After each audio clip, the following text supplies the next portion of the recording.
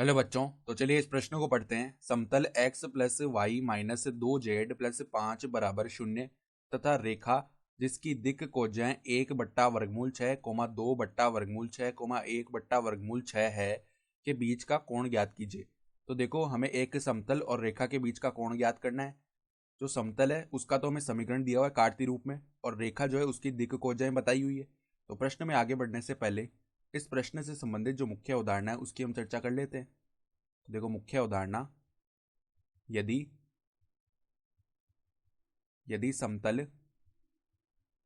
समतल जिसका समीकरण है A X plus B Y plus C Z plus D बराबर 0 व रेखा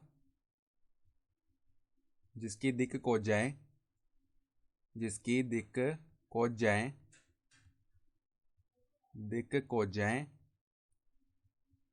एल एम व एन है के बीच का कोण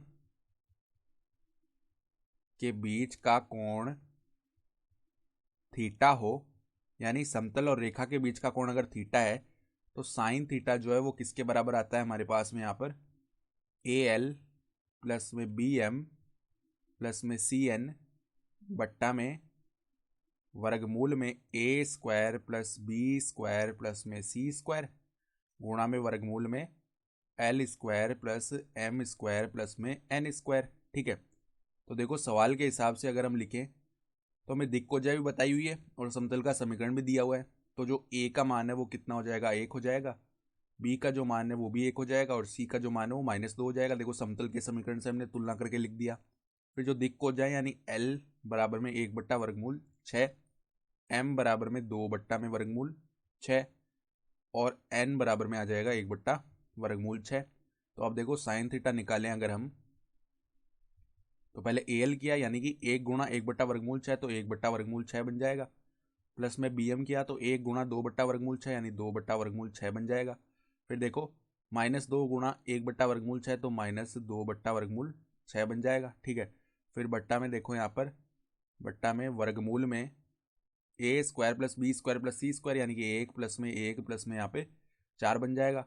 फिर देखो, L square plus M square plus में एन स्क्वायर करेंगे तो यहाँ पे 1/6 प्लस में 4/6 प्लस में 1/6 ये बन जाएगा।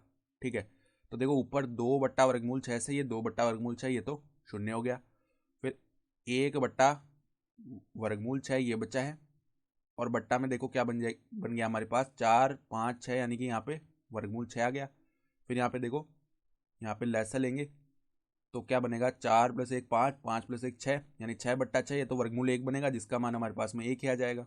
ठीक है, यानी कि हमारा उत्तर क्या आ गया, 1/वर्गमूल 6 और ये वर्गमूल 6 ऊपर जाएगा तो वर्गमूल 6 से गुणा हो गया यहाँ पे नीचे, तो 1/6 आ जाएगा किसका मान, साइन थीटा का मान। साइन थीटा बराबर में 1/6 आ गया। थीटा का मान जो है वो क्या हो जाएगा, साइन इनवर्स 1/6 और यही हमारा क्या हो गया, अभिष्ट कोण भी आ गया। ठीक है, तो आशा करता हूँ कि आपको ये प्रश्न समझ में आया होगा। धन्यवाद।